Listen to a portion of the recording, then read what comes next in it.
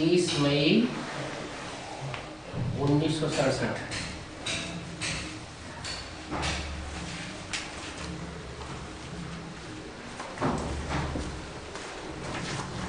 रात्रि क्लास था, उसके साथ था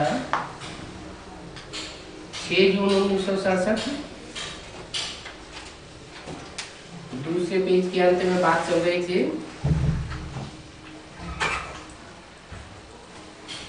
जास्ती बातों की धारणा नहीं कर सकते हो तो कोई बात नहीं।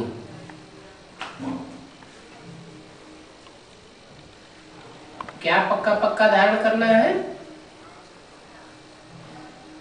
याद की तो जरूर धारणा करनी है।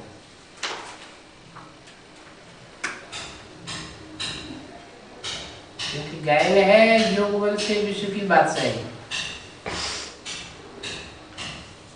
याद से सब कुछ प्राप्ति हो सकती है। कोई में धारणा नहीं है, मुरली के पॉइंट से याद नहीं रहते हैं, घर गृहस्थ के झंझटों में बुद्धि जामड़ी हो गई है। जैसे माताएं हैं, बच्चों की पालना में, पैदा करने में सारी बुद्धि खप जाती है। जास्ती धारणा नहीं कर सकते हैं तो याद तो कर सकते हैं। बाबा को याद करते रहो।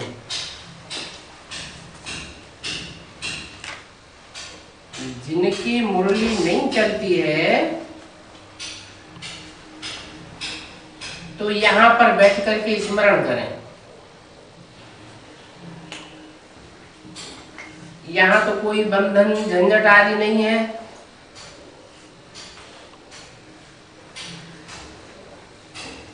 घर में तो बाल बच्चों आदि का वातावरण होता है।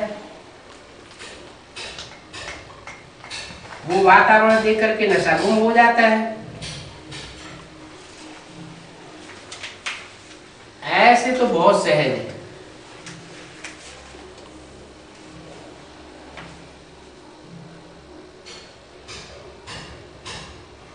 जून 1967 की वाणी का तीसरा पेज। कोई को भी संभव सहज है। वो लोग तो गीता आदि पूरी कंठ कर लेते हैं। यहाँ कोई कंठ आदि करने की बात नहीं है। यहाँ तो जो भी गीता ज्ञान है उसको समझने की बात है। सिख लोग भी गुरु ग्रंथ साहब कंठ कर लेते हैं। अभी तुमको क्या कंठ करना है? कंठ माने गला। तुमको क्या गले से लगाना है? वो गीता पाठी ब्राह्मण तो गीता को कंठ कर लेते हैं। सिख लोग जो हैं वो गुरु ग्रंथ साहब को कंठ कर लेते हैं, गले में बांध लेते हैं। तुमको क्या कंठ करना है? तुमको किसको गले से लगाना है? एक बाबा को। कैसे लगावेंगे? बाबा को गले कैसे लगावेंगे? याद से। क्या याद करेंगे? कंठ में क्या याद करेंगे? कंठ में क्या लगावेंगे? कोई व्यक्ति को माँ बच्चे को गले लगाती है, बाप बेटे को गले लगाता है, भाई बहन को गले लगाता है। तो याद तो आती है ना। तुम किसको गले लगावेंगे? बाप। कौन सा बाप?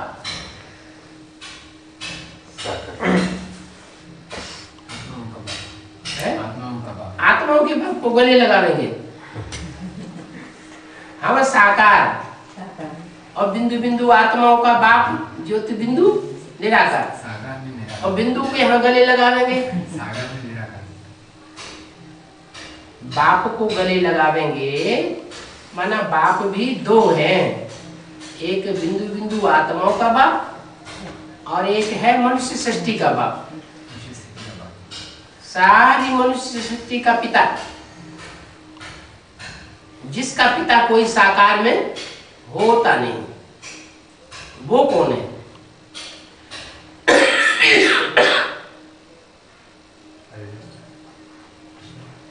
शिव बाप आते हैं तो परिचय देते हैं कि तुम बिंदु बिंदु आत्माएं हो, मैं तुम बिंदु बिंदु आत्माओं का बाप हूं। लेकिन परिचय कैसे देते हैं? बिंदु तो निराकार है, सुप्रीम सोल ज्योति बिंदु का ही नाम शिव है, उनको अपना मुख तो है नहीं, और जन्म मरण के चक्र में तो आते नहीं। तब जब जन्म मरण के चक्र में ही नहीं आते, गर्भ से जन्म ही नहीं लेते, तो आकर के कैसे परिचय देंगे? कहते हैं, शास्त्रों में लिखा हुआ है कि ब्रह्मा के मुख से वेद निकले,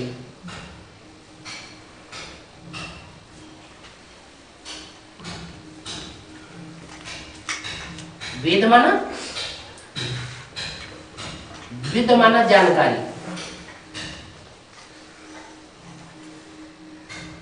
जिससे बनता है विद्वान, जानकारी रखने वाला।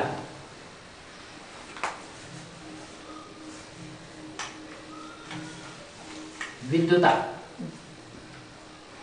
काहे की विद्वता? आत्मा की विद्वता, परमात्मा की विद्वता, सृष्टि चक्र की विद्वता, सारी दुनिया का सारा ज्ञान उसमें भरा हुआ है। उससे ज्यादा विद्वान कोई नहीं हो सकता। वो सुप्रीम सोल शिव है जो वेदों की भाषा सुनाता है। शास्त्रों में कहते हैं पुराने ते पुराने शास्त्र हैं वेद, वेद निकले ब्रह्मा के मुख से। लेकिन वो वेदों की ऋचाएं अगर हम देखें, उनके अर्थों को भी हम अनुवाद करके पढ़ें या सुने, तो हमारी समझ में कुछ भी आता नहीं। एक ऋचा दूसरी ऋचा से कोई तालमेल ही नहीं बैठता। ऐसे ही ब्रह्मा के मुख से बोली हुई शिव बाबा की ये मुरली है, जिसका तालमेल किसी की समझ में नहीं आता। पढ़े लिखे लोग, विद्वान लोग पढ़ते हैं तो कहते हैं पता नहीं ये क्या बोला है, लेकिन बाबा की वाणी का एक एक शब्द अर्थ सहित है। जो अर्थ सहित बताता है, अनर्थ तो कुछ भी नहीं है। जो अर्थ बताता है वो अर्थ समझने और समझाने की चीज है। लेकिन मुरली में बोला है, इस ब्रह्मा को तो शिव बाबा बेबी बुद्धि कहते हैं। क्या? ब्रह्मा बेबी है। बेबी माना जितना मुख से सुना दिया उतना तक याद है। ओम राधे मम्मा को बेबी नहीं कहा, किसको कहा? ब्रह्मा को। माने ओम राधे मम्मा जो है वो तो फिर भी कोई एक पॉइंट को उठा करके ढेर सारा विस्तार कर देती थी। उनकी बुद्धि बहुत तीखी थी, वो तो बुद्धि की देवी कही जाती है। लेकिन ब्रह्मा बाबा जो है वो मुरली जितनी शिव बाबा उनके मुख से चलाते थे उतनी याद रहती थी बस। उसका गुह्यार्थ क्या है ये ब्रह्मा की बुद्धि में भी नहीं आता। इसलिए बोला मैं तुम बच्चों को सुनाता हूं, ये ब्रह्मा तो बीच में सुन लेता है। तुम बच्चों को सुनाता हूं, इनको नहीं सुनाता हूं। क्यों?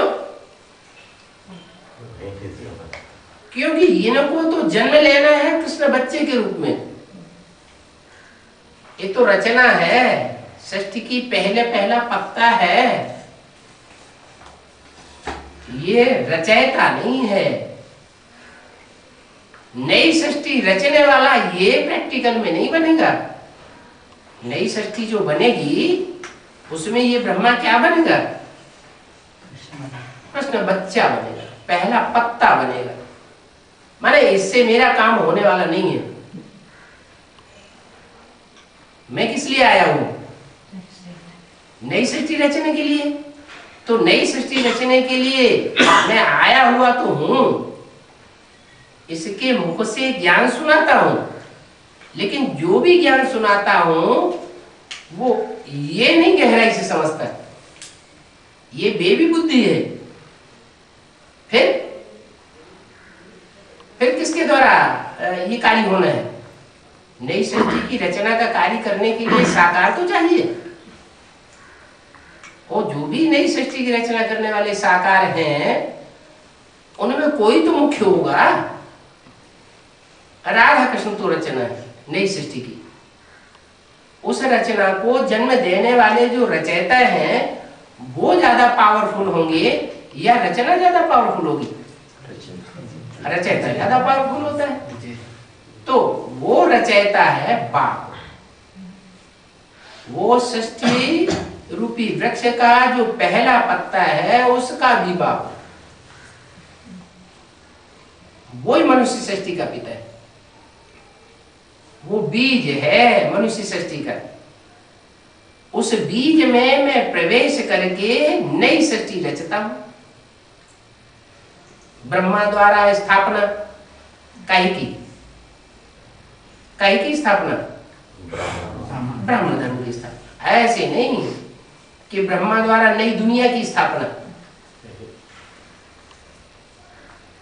हाँ, ब्रह्मा जो है वो शरीर छोड़ने के बाद सूक्ष्म वतनवासी बनता है, और प्रजापिता ब्रह्मा कभी सूक्ष्म वतनवासी नहीं बनता, वो प्रजा के साथ ही रहेगा।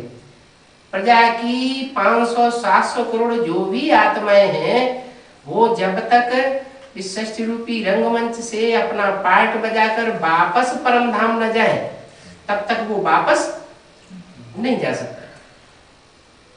उसको सारी सृष्टि की आत्माओं का उद्धार करने के लिए निमित्त बनना है। निमित्त माना साकार।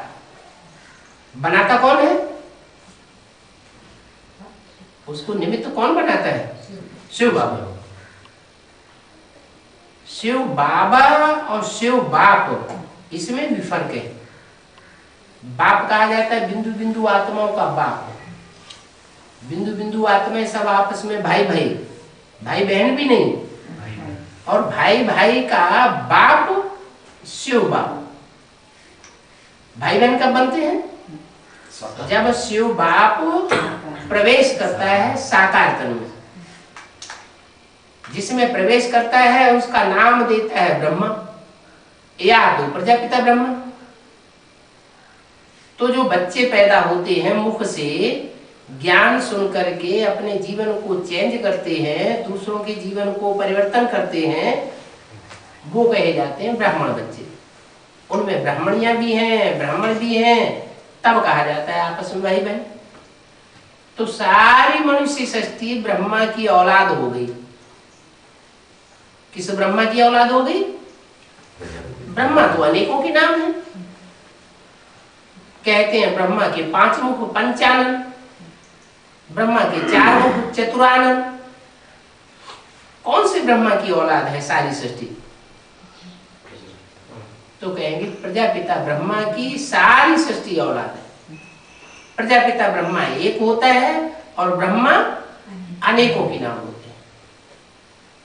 यज्ञ के आदि में दादा लेखराज उनको साक्षात्कार हुए, उन साक्षात्कारों का क्लैरिफिकेशन उनके गुरु ने नहीं दिया, गुरु को पता ही नहीं था ये सब क्या है, तो गुरु से उनकी श्रद्धा हट गई। वाराणसी में पहुंचे विद्वान पंडित आचार्यों के पास, उन लोगों से पूछा हमारे इन साक्षात्कारों का अर्थ क्या है, वो लोग भी नहीं बता सके।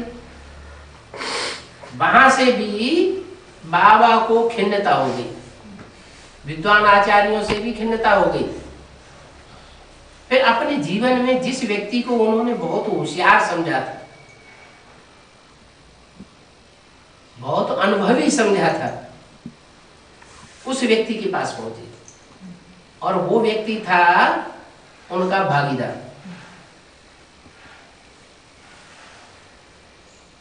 दुकान में आधे का हिस्सेदार था, पहले नौकर था, बाद में उसको आधे का हकदार बना दिया कि दुकान हमारी, पैसा हमारा और मेहनत सारी तुम्हारी, होशियारी सारी तुम्हारी,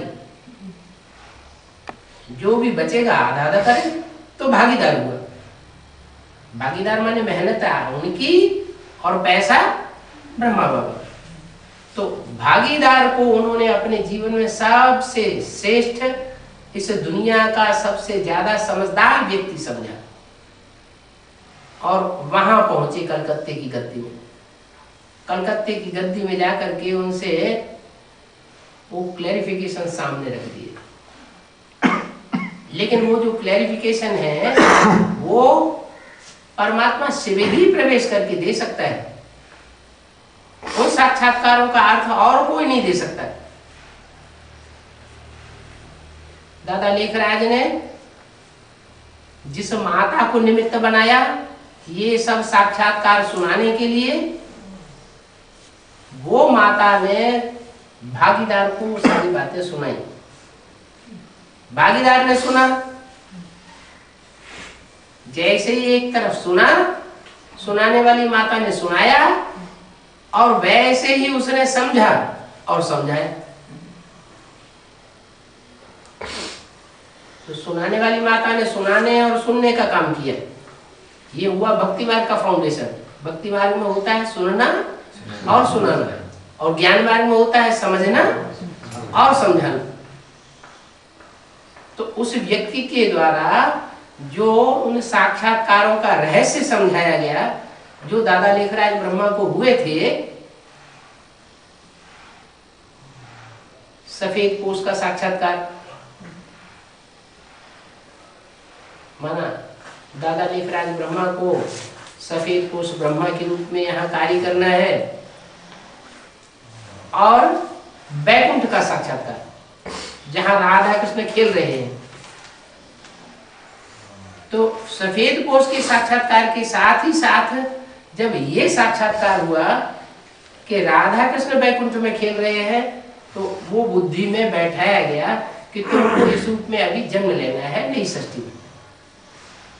अब बाबा को तो प्रैक्टिकल में साक्षात्कार हुए थे, उनको ये निश्चय बैठ गया, विश्वास बैठ गया। विष्णु का साक्षात्कार हुआ, वो भी बुद्धि में बैठ गया।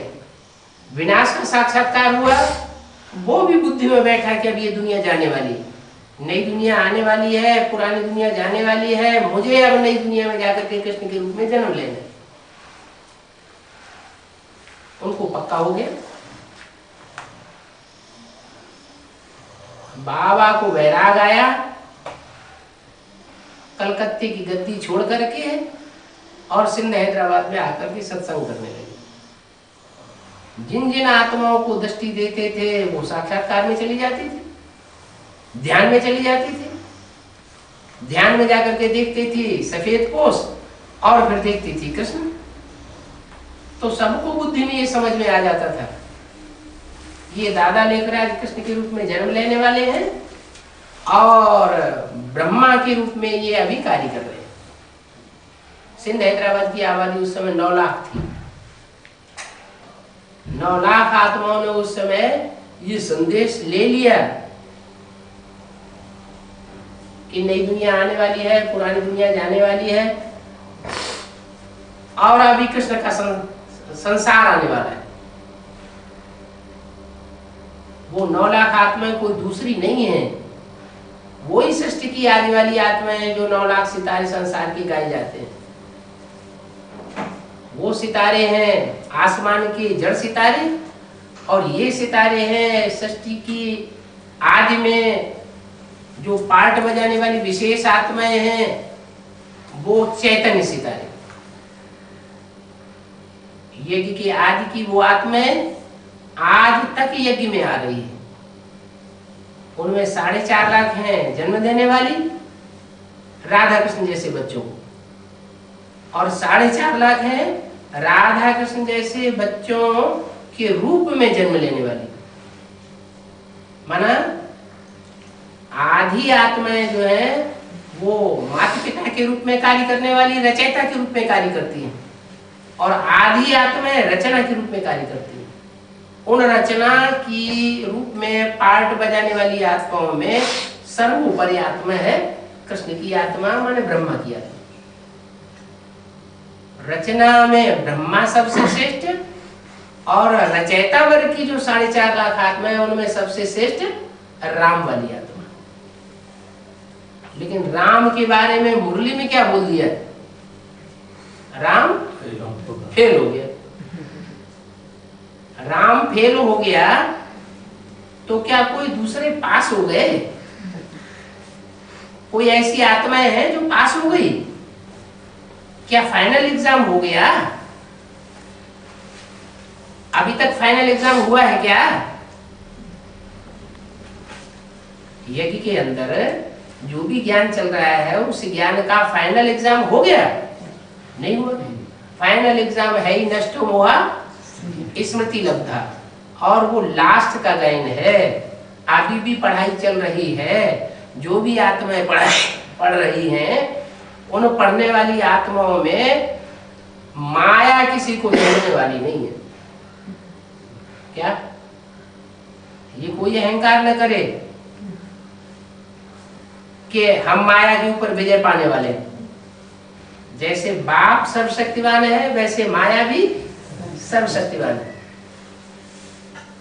बाप की ये पैज है कि मैं जो नई दुनिया स्थापन करके जाऊंगा, और माया की ये पैज है कि मैं जो नई दुनिया स्थापन नहीं होने दूंगी।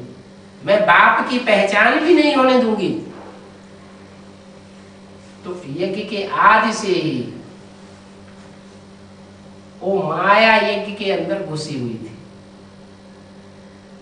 माया कोई दूसरी चीज नहीं है। हमारे अंदर की जो कमजोरी है वही माया है। काम क्रोध लोभ मोह अहंकार जो भरे हुए हैं वही माया का रूप है। लेकिन कोई तो आत्मा ऐसी हैं जो 100% कामी होती है, और 100% लोभी होती है, 100% मोही होती है। नंबरवार तो होते ही हैं। तो उन नंबरवार आत्माओं में जो काम क्रोध लोभ मोह को अहंकार को धारण करने वाली आत्माएं होती हैं, वो कलयुग में होती है 100% कामी क्रोधी लोभी मोही अहंकारी, या सतयुग में होती है, या द्वापर में होती है? कलयुग में होती है। कलयुग में भी कलयुग के अंत में इस सृष्टि रूपी रंगमंच पर कोई मनुष्य आत्मा ऐसी नहीं है जो कामी क्रोधी लोभी मोही अहंकारी न बनती हो। माया किसी को छोड़ती नहीं। माया जब किसी को नहीं छोड़ती तो ये कहना कि राम फेल हो गया और सब पास हो गए, या कोई एक पास हो गया, ये बात बनती नहीं है। सारी दुनिया में माया अपना पसारा फैलाती है और वो किसी को आगे बढ़ने नहीं देती है, संपन्न नहीं बनने देती है। अभी तक भी कोई छाती ठोक करके ये नहीं कह सकता है कि मैं संपन्न बन गया, मैं संपूर्ण बन गया, 16 कला संपूर्ण, संपूर्ण अहिंसक मर्यादा पुरुषोत्तम बन गया। कारण क्यों नहीं कह सकता? क्योंकि अभी भी पढ़ाई जारी है, पढ़ाई अभी पूरी नहीं हुई है। तो पढ़ाई पढ़ाने वाला बाप शिव जो पढ़ाई पढ़ाता है वो माँ के रूप में भी पढ़ाता है और फिर बाप के रूप में भी पढ़ाता है। माँ के रूप में बेसिक नॉलेज की पढ़ाई पढ़ाई जाती है और बाप के रूप में हायर एजुकेशन की पढ़ाई जाती है। वो बाप भी है, टीचर भी है और सदगुरु भी है। 4 संबंध हो गए, माँ, बाप, टीचर और सदगुरु। माँ के रूप में प्यार किसने दिया? वो प्रैक्टिकल स्वरूप कौन? जिसने माँ के रूप में इतना प्यार दिया बच्चों को कि खुद का भले हार्ट फेल हो गया, लेकिन बच्चों के ऊपर एक भी उंगली नहीं उठाई, कोई तुर साफ नहीं की। इसलिए उसका नाम पड़ा ब्रह्मा। ब्रह्म माने बड़ी, माँ माने माँ। इस सृष्टि की बड़े ते बड़ी माँ। इतना सहन शक्ति और कोई माता धारण कर नहीं सकती। कोई पच्छड़ माल भी आता था बाबा के पास, तो बाबा उसको भी इतना प्यार देते थे कि वो 1 सेकंड की दृष्टि और बात बाबा की भूल नहीं पाता था अपने जीवन में। एक भी ब्रह्मा कुमार कुमारी पुराना ऐसा नहीं मिलेगा जो ये कहे कि बाबा ने हमको प्यार नहीं दिया। जो आया सबको प्यार लुटाया। तो वो था ज्ञान चंद्रमा का पार्ट। चंद्रमा अर्थात शीतल रोशनी देने वाला। शीतल रोशनी जो होती है चंद्रमा की, उसमें कीड़े मकोड़े जैसी दुखदाई आत्माएं भी पलती हैं। वो यज्ञ के अंदर आज से ही, जब से सिंध हैदराबाद से जमा सब धर्मों की आत्माएं इकट्ठी होकर के सिंध हैदराबाद में पहुंच गई और सबने आकर के ब्रह्मा से अपना पालना का जो वर्षा है वो ले लिया। हाँ, उसका रिटर्न कोई ने अच्छा दिया और कोई ने नहीं दिया। ये तो हमें सबको मालूम है कि द्वापर युग से जब से इब्राहिम बुद्ध क्राइस्ट आते हैं, हिंदू धर्म की आत्माएं ही दूसरे धर्मों में कन्वर्ट होती रही। हिंदू कभी कन्वर्ट होकर के दूसरे धर्म में गए हैं, लेकिन दूसरे धर्म वाले कन्वर्ट होकर के हिंदू बने हो ये कभी नहीं हुआ, सिवाय लास्ट में जब आर्य समाज आता है तब। और ये लास्ट आर्य समाज तो अभी 100 वर्ष के अंदर आए। इन्होंने सबको खुली छूट दे दी, कोई भी आकर के हिंदू बन सकता है। लेकिन लास्ट की तो बात ही नहीं। लास्ट की बात इसलिए नहीं है कि लास्ट में भगवान भी आता है। भगवान भी आकर के सब धर्मों में कन्वर्ट हुई आत्माओं को खींचता है और खींच करके सिंध हैदराबाद में उन आत्माओं को सत्संग करा के आगे बढ़ाता है। तो जो भी इस्लामी, बौद्धी, क्रिश्चियन, अलग अलग धर्मों की आत्माएं सारी इकट्ठी हुई, उन अलग अलग धर्मों में इकट्ठी हुई आत्माओं में से वो आत्माएं कौन है जो परमात्मा बाप से डायरेक्ट पढ़ाई पढ़ के एक ही जीवन में सिद्धि प्राप्त कर लेती है।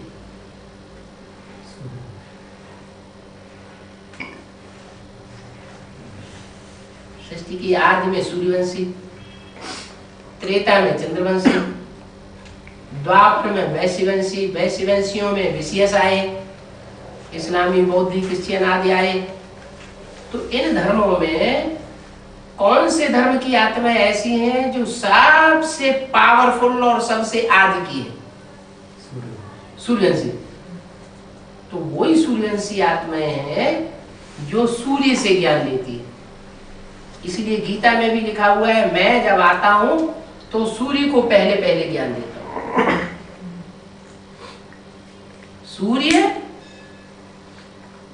और चंद्रमा, ये 2 रंगमंच के हीरो हीरोइन हैं। सूर्यवंशी राम कहा जाता है और ब्रह्मा चंद्रवंशी कहा जाता है। ब्रह्मा ज्ञान चंद्रमा ब्रह्मा, जिसने बहुत प्यार दिया इस सृष्टि को, और षष्ठी के प्यार के आधार पर अपने स्वरूप को ये भी नहीं देखा कि मुझे प्राप्ति क्या हो गई। संसार में ब्रह्मा की पूजा नहीं होती है, ब्रह्मा की मूर्ति नहीं बनाई जाती है, ब्रह्मा के मंदिर नहीं बनते हैं। क्या ब्रह्मा बाबा ने इस बात की परवाह की कि मेरे भी मंदिर बने, मेरी भी मूर्तियां बने, मेरी भी पूजा हो? नहीं परवाह की। क्यों नहीं की? क्योंकि दुनिया की जो भी माताएं हैं वो माताएं अपने बच्चों के लिए सब कुछ स्वाहा कर देने वाली होती है। हमारी भारतीय परंपरा में अब तक भी, थोड़े वर्ष पहले तक, बच्चों को वर्षा मिलता था, माता को वर्षा नहीं मिलता था। क्या प्रॉपर्टी में जो भी बच्चे होते थे उनको वर्षा दिया जाता था और माँ को वर्षा नहीं मिलता था। बच्चियों को भी वर्षा नहीं दिया जाता था। सारा वर्षा किसको दिया जाता? बच्चों को दिया जाता। ये परंपरा कहां से पड़ी? कहीं से तो ये परंपरा शुरू हुई होगी। ये संगम युग से परंपरा शुरू होती है। भगवान जब बाप आते हैं तो दो प्रकार की मालाएं तैयार होती है। एक होती है रुद्रमाला और एक होती है विजय माला। रुद्रमाला के मणके पहले तैयार होते हैं। वो रुद्रमाला जो रौद्र रूप धारण करने वाले हैं, संसार में विकराल रूप धारण करके जो भी आतताई वंश के धर्म हैं उन सब को खलास करा देते हैं। उनको कहा जाता है रुद्राक्ष। रुद्र की आंख, अक्ष माने आंख। जो भी रुद्राक्ष के मणके होते हैं उनमें मुख भी बने होते हैं। वो मुख लेने की यादगार हैं। भगवान बाप ने जिनमें प्रवेश करके सारी सृष्टि को ऐसा ज्ञान सुनाया था, उसकी यादगार है वो रुद्राक्ष के मणके। अब उन मणकों में कोई ऊपर के साइड के, कोई नीचे की साइड के, कोई दाईं ओर के, कोई बाईं ओर के, कोई ऊपर का मणका, कोई नीचे का मणका। नंबर वार 108 है। 108 मणके जो है उनको बनाने वाला है श्री श्री शिव बाबा। ये बाबा शब्द जो है वो साकार के लिए आया है या निराकार के लिए आया है? साकार के लिए आया है। बाबा कहा जाता है ग्रैंडफादर को। तो शिव है फादर, बिंदु बिंदु आत्माओं का बाप। और शिव जब साकार शरीर में प्रवेश करता है तो कहा जाता है शिव बाबा। वो शिव बाबा आकर के माला तैयार करता है। किस स्वरूप के द्वारा? कौन से स्वरूप के द्वारा माला तैयार करता है? ब्रह्मा के द्वारा माला तैयार करता है या प्रजापिता के द्वारा माला तैयार करता है? एक है ब्रह्मा जो शरीर छोड़ने के बाद सूक्ष्म बतनवासी बनता है। एक है प्रजापिता ब्रह्मा जो यज्ञ के आदि में भी था, निमित्त बना ब्रह्मा बाबा के साक्षात्कार को क्लैरिफिकेशन देने के लिए, ज्ञान का बीजारोपण करने के लिए। उसके द्वारा ज्ञान का बीजारोपण किया गया ब्रह्मा बाबा के साक्षात्कारों का। तो वही यज्ञ की आत्मा जो आदि में थी राम वाली, जिसके लिए मुरली में कहा राम फेल हो गया, माना यज्ञ से चला गया। फेल हो गया माना कोई कारण बना होगा। क्या कारण बना? यज्ञ के आदि में इतना ज्ञान नहीं था। भक्ति मार्ग का फाउंडेशन था उस समय। जो पुरानी संस्कृत की गीता है उसके अर्थ बैठ करके समझाते थे। ओम ओम ओम की ध्वनि लगाते थे। जैसे भक्ति मार्ग में कोई मंत्र ले लेते हैं, कोई कीर्तन करते हैं, मुख से जोर जोर से चिल्लाते हैं, तो सारी भक्ति मार्ग की बातें थी। ज्ञान उस समय परिपक्व स्टेज को नहीं था इसलिए वो आत्मा चली गई। दूसरी क्यों नहीं चली गई? दूसरी इसलिए नहीं गई कि दूसरी आत्माएं आती ही सृष्टि रूपी रंगमंच में बाद में। चंद्रवंशी बाद में आते, इस्लाम वंशी बाद में आते, क्रिश्चियन वंशी, ये सारी आत्माएं बाद में सृष्टि रूपी रंगमंच पर उतरती है। पहले पहले वो सूर्यवंशी आत्माएं आती हैं जो आकर के इस नई सृष्टि को तैयार करती है और पुरानी सृष्टि का ध्वंस करती है। दोनों काम करती है। कराता कौन है उनके द्वारा? शिव बाप। तो शिव बाप ब्रह्मा के द्वारा माला तैयार नहीं करता। किसके द्वारा माला तैयार करता है? वही राम वाली आत्मा जो यज्ञ के आदि में थी, शरीर छोड़ गई, दोबारा यज्ञ में आती है और दोबारा यज्ञ में आकर के पूर्व जन्म का अपना ब्राह्मणत्व का संस्कार लाती है और यज्ञ में लास्ट में आकर के फास्ट जाकर के परमात्मा शिव का सारा कार्य संपन्न करती है। शिव के डायरेक्शन के आधार पर, अपनी मनोमत पर नहीं। शिव ने जो भी डायरेक्शन दिया ब्रह्मा के मुख से, उस ब्रह्मा के मुख से दिए हुए सारे डायरेक्शंस माउंट आबू की मुरलियों में छपे पड़े हैं।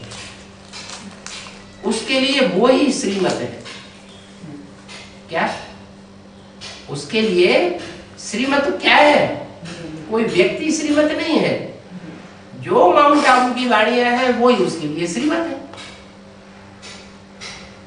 दूसरी मनुष्य आत्माओं के लिए श्रीमत क्या होती है? क्योंकि ब्रह्मा के द्वारा जो कुछ बोला गया वो तो ब्रह्मा ने ही नहीं समझा। जैसे बोला आज से 10 वर्ष के बाद ये पुरानी दुनिया खलास हो जाएगी, नई दुनिया की स्थापना हो जाएगी। जो ब्रह्मा बाबा के द्वारा साक्षात्कार के चित्र तैयार किए गए हैं, यहाँ नहीं है, हाँ ये इसमें नीचे लिखा हुआ है आने वाले 10 वर्षों में भारत से भ्रष्टाचार विकारों का अंत होने वाला है। ये 66 में ये चित्र तैयार हुआ था।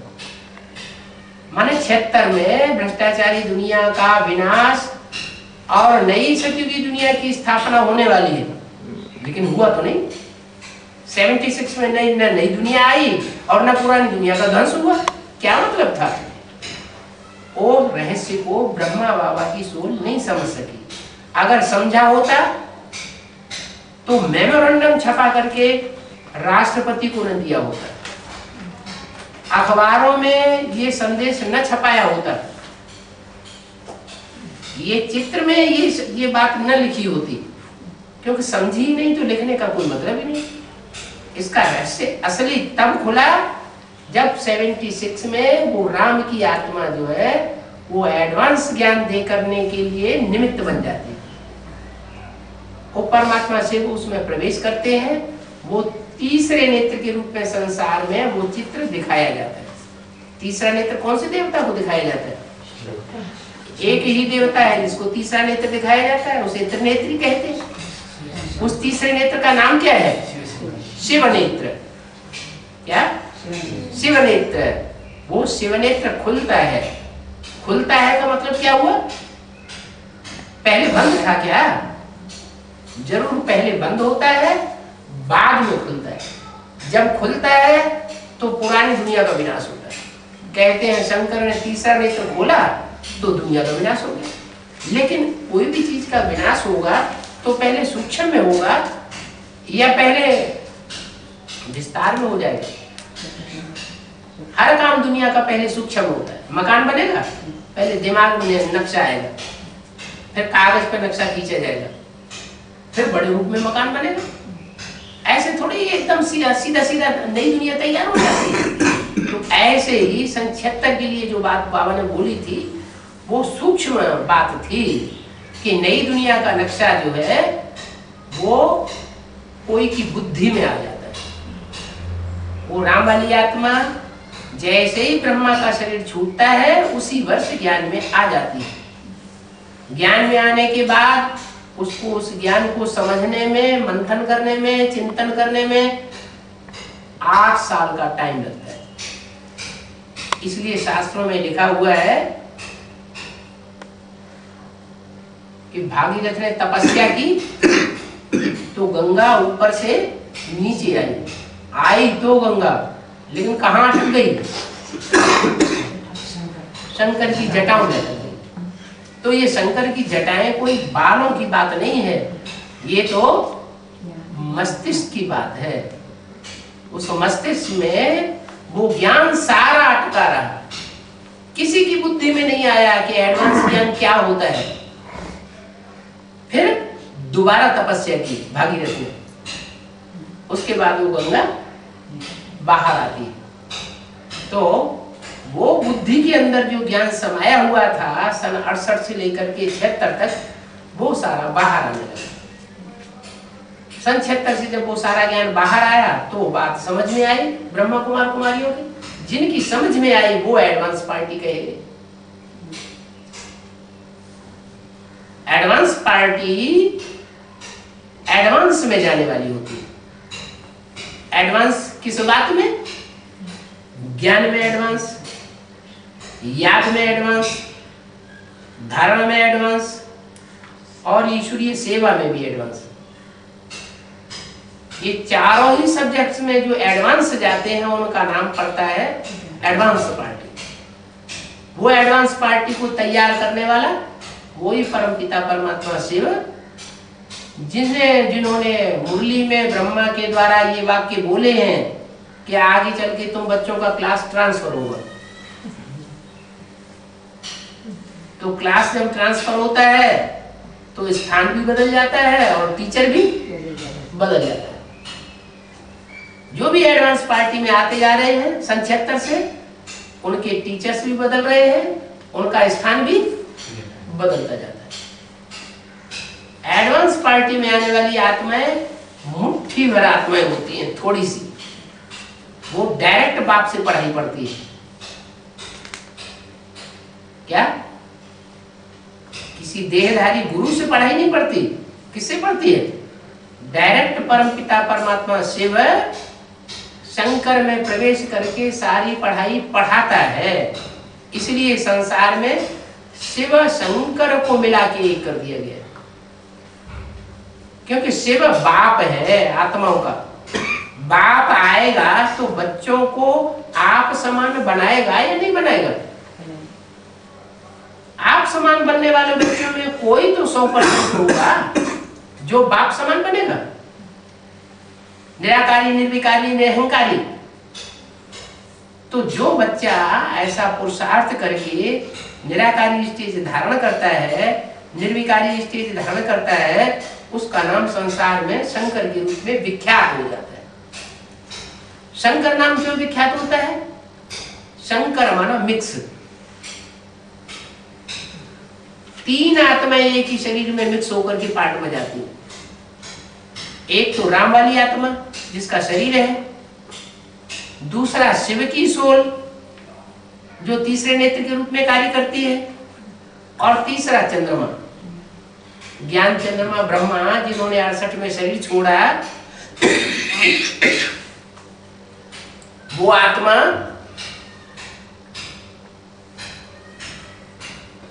अपना टाइम पूरा करने के बाद प्रवेश कर जाती है। किस लिए प्रवेश करती है?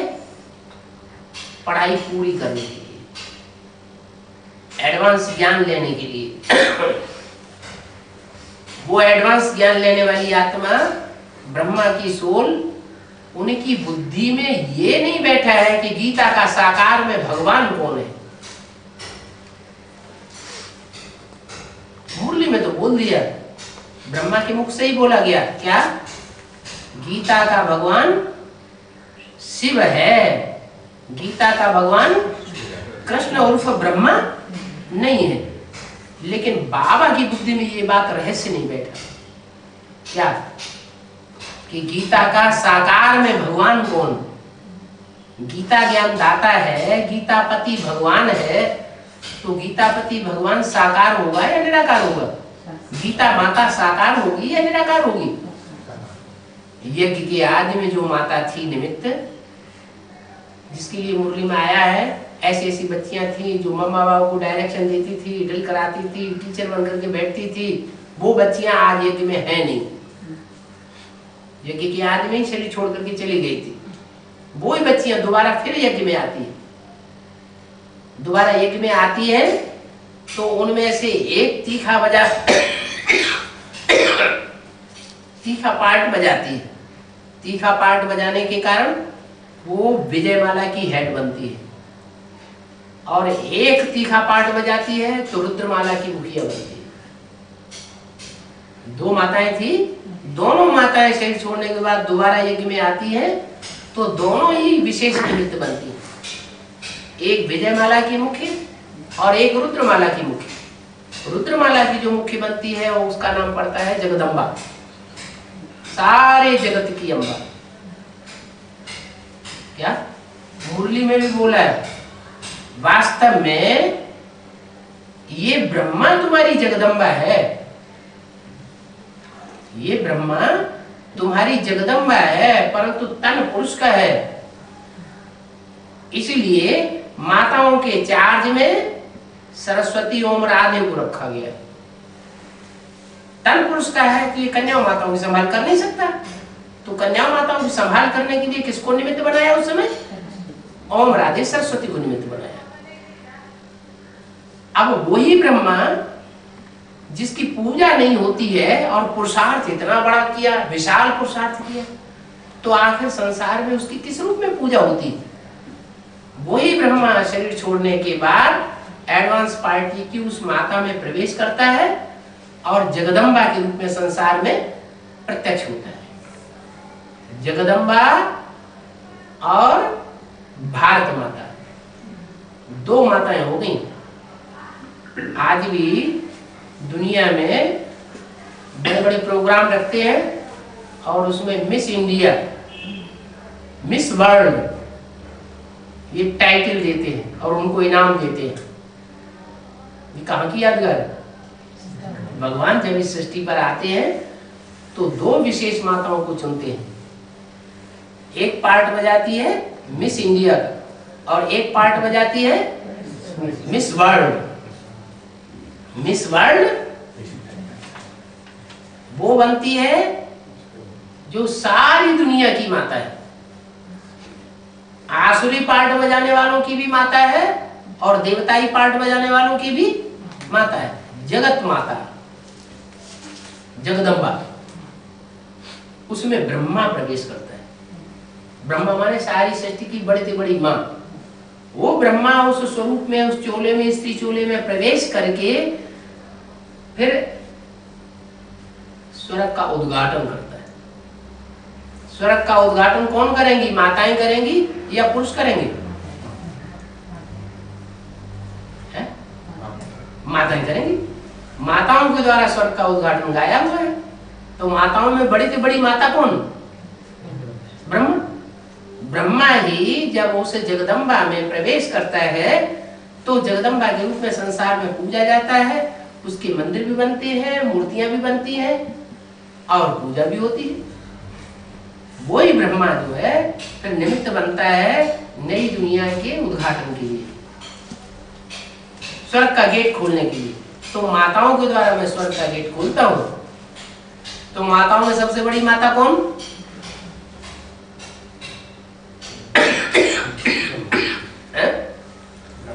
ब्रह्मा। ब्रह्मा की सोल ही कोई कन्या माता में प्रवेश करके जगदम्बा का पाठ बजाती है। वही जगदम्बा निमित्त बनती है स्वर्ग का गेट खोलने के। नहीं तो ये वाक्य झूठा हो जाता है कि ब्रह्मा के द्वारा नई दुनिया की स्थापना। कैसे? ब्रह्मा तो ने शरीर छोड़ दिया, नई दुनिया की स्थापना कहां हुई? शरीर छोड़ दिया तो नई दुनिया की स्थापना तो हुई नहीं, लेकिन होती है। ब्रह्मा की सोल ही निमित्त बनती है कोई चोले में प्रवेश करके, और ब्रह्मा की सोल तब निमित्त बनती है जब उनकी बुद्धि में यह बैठ जाता है कि गीता का साकार में भगवान कौन है। गीता माता तो है साकार में ब्रह्मा। गीता किसके द्वारा आई? गीता ज्ञान किसके द्वारा आया है? अरे गीता ज्ञान जो भी आया वो किसके द्वारा आया? देने वाला तो शिव है। लेकिन किसके द्वारा दिया? ब्रह्मा के द्वारा दिया। लेकिन गीता को ये क्यों कह दिया है कि ये गीता ज्ञान अमृत नहीं कहेंगे? ये गीता ज्ञान तो है, लेकिन इसको गीता ज्ञान अमृत नहीं कहेंगे, क्योंकि अमृत जो है वो मंथन किया जाता है तब अमृत निकलता है। माने सन 68 तक जो भी वाणी चलाई उसको अमृत नहीं कहा जाएगा। क्यों नहीं कहा जाएगा? क्योंकि वो जो भी ज्ञान सुनाया ब्रह्मा के द्वारा, वो सुनाने वाले ने सुनाया और सुनने वालों ने सुना, लेकिन उसका मंथन किसी ने नहीं किया। वही ज्ञान सागर का मंथन जब किया जाता है तब वो अमृत मंथन निकलता है। अमृत जो है उससे फिर देवताओं का कल्याण होता है। क्या बात की गहराइयां निकलती हैं, एक एक बात के हिज्जे हिज्जे निकलते हैं, और वो हिज्जे हिज्जे समझाने वाला भी स्वयं परमात्मा शिव है। वही टीचर बनता है, सुप्रीम टीचर, उसके अलावा कोई हो नहीं सकता। वो बाप भी है। यज्ञ के याद में जिस व्यक्ति में प्रवेश करके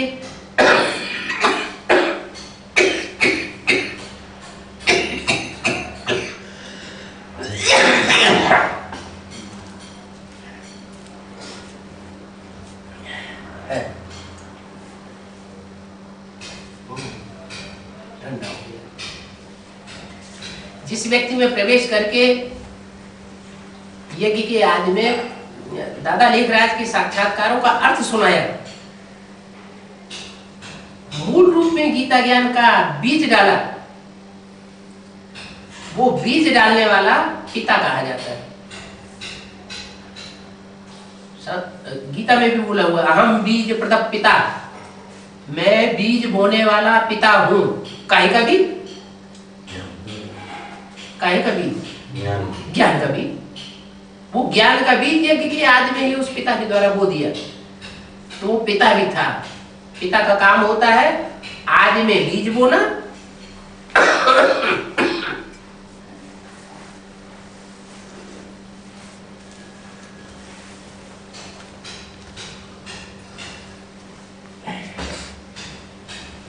आज में बीज बोना, ये पिता का काम है। बीच में सारा माता का काम है। माता बच्चों को जन्म देती है, माता बच्चों की पालना करती है, फिर बच्चे जब बड़े हो जाते हैं तो फिर बाप का पाठ। वो बाप टीचर भी बनता है। टीचर बनता है तो जो भी माता के द्वारा ज्ञान आया है, गीता ज्ञान, उस गीता ज्ञान के एक एक वाक्य क्लैरिफिकेशन देता है, एक एक वाक्य के हिज्जे हिज्जे करके समझाता है। पहले ब्रह्मा कुमार कुमारी ये सोचते थे कि बाबा क्या बोलते हैं, कभी एक बात बोल देते हैं, कभी दूसरी बात बोल देते हैं। वही मुरली बोलती है कि लक्ष्मी नारायण बुद्धू है, वही मुरली बोलती है कि लक्ष्मी नारायण तो समझदार है, तो विश्व के मालिक है। और समझ में नहीं आता था क्या चक्कर है। बाप आकर के उसका क्लैरिफिकेशन दे रहे थे कि लक्ष्मी नारायण 16 कला संपूर्ण 2 है, जिनकी यादगार मंदिरों में दिखाई जाती है। लक्ष्मी नारायण के मंदिर जहां जहां कहीं भी बने हुए बिरला मंदिर, उनमें जाके देखें, बाजू में एक मूर्ति रखी हुई है, उसे विष्णु का मंदिर कहते हैं। वो विष्णु का मंदिर सतयुग में नहीं विष्णु होता है। विष्णु कौन से युग में होता है? ब्रह्मा विष्णु शंकर, ये कौन से युग के देवता है? संगम युग के देवता है। तो संगम युग में विष्णु चतुर्भुज माने 4 भुजाएं, आत्मा रूपी 4 भुजाएं, जिन्होंने संस्कार स्वभाव मिला करके नई दुनिया की स्थापना का कार्य संपन्न किया था, पालना का कार्य संपन्न किया था। वही आत्माएं 4 कोई दूसरी नहीं है। कृष्ण के साथ राधा, इनका दूसरा नाम संगम युग में ब्रह्मा के साथ सरस्वती ओम राधे, और राम के साथ सीता। इनका संगम युग का दूसरा नाम है शंकर के साथ पार्वती।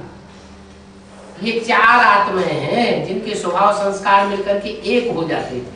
यही विष्णु चतुर्भुज है। तो वो मंदिरों में दिखाया जाता है विष्णु चतुर्भुज। और एक मुख्य मूर्ति लक्ष्मी नारायण की भी दिखाई जाती है।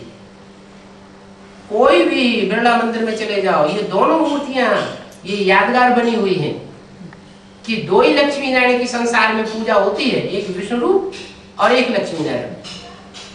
बाकी सतयुग के दूसरे तीसरे चौथे गद्दियों के मालिक उनकी पूजा होती नहीं है। कहीं होती हो तो बताओ।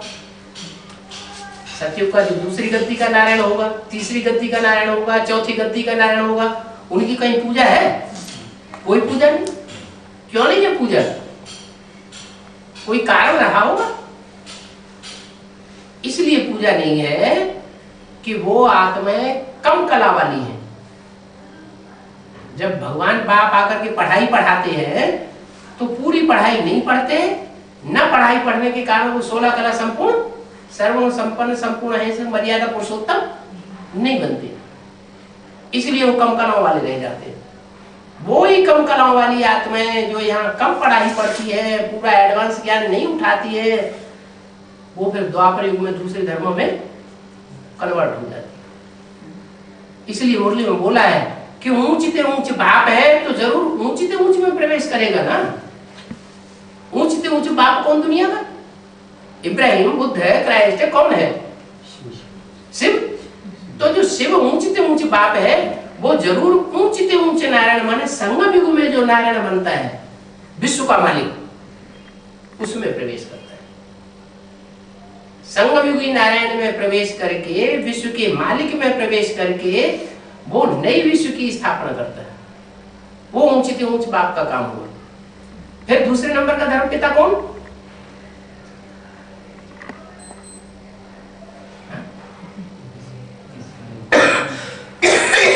ऊंचते ऊंच बाप आते हैं तो ऊंचते ऊंचे में प्रवेश करते हैं। ऊंचते ऊंचे है संसार का ऊंचते ऊंचे व्यक्तित्व कौन? हाँ, प्रजापिता। दूसरा बाबा ने मुरली में भी बोला है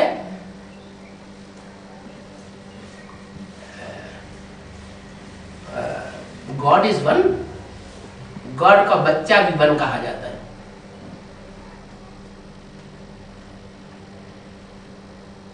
ब्रह्मा की 3 मूर्तियां, क्या त्रिमूर्ति ब्रह्मा कहा जाता है और देवताओं में बड़ा शंकर कहा जाता है। तो इससे साबित हो जाता है। फिर ये भी बोला जिसमें ज्ञान बड़ा है, जिसमें ज्यादा ज्ञान है वो बड़ा ठहरा। पता कैसे चले कि ये बड़ा है ये छोटा है? संसार में माला तो तैयार होगी, लेकिन माला में ये पता कैसे चलेगा सबसे ऊपर का बड़ा मलका कौन है, बड़ी ताकत वाला कौन है? ज्ञान के आधार पर पता चलेगा। ज्ञान से ही संसार की गति सदगति होती है। ज्ञान दुनिया की सबसे ज्यादा कीमती चीज है जो कि परमात्मा शिव से आती है। ये चीज और कोई दुनिया में दे नहीं सकता।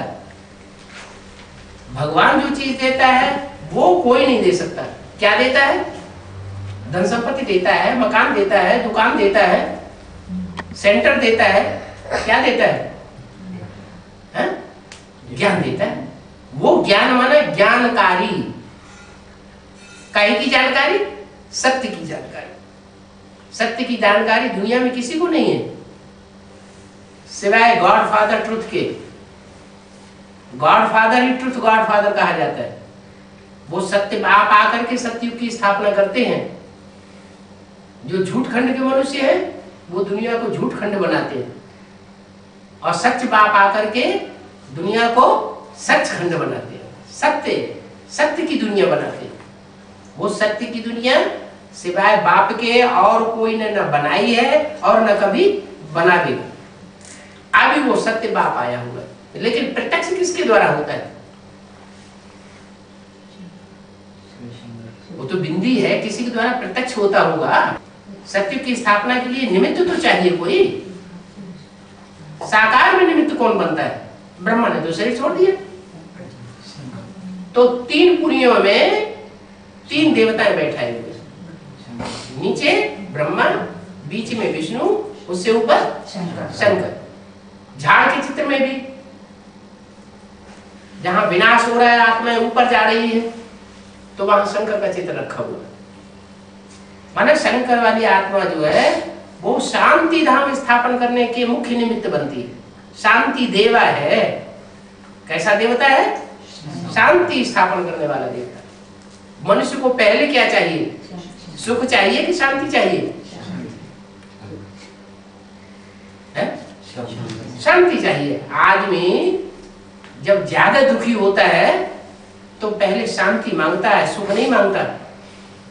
तो शांति सबसे ऊंची चीज है। वो शांति देवा बाप इस सृष्टि पर अभी आ चुका है। वो ही बाप अभी बता रहे हैं कि बच्चे मेरे को गले लगाओ।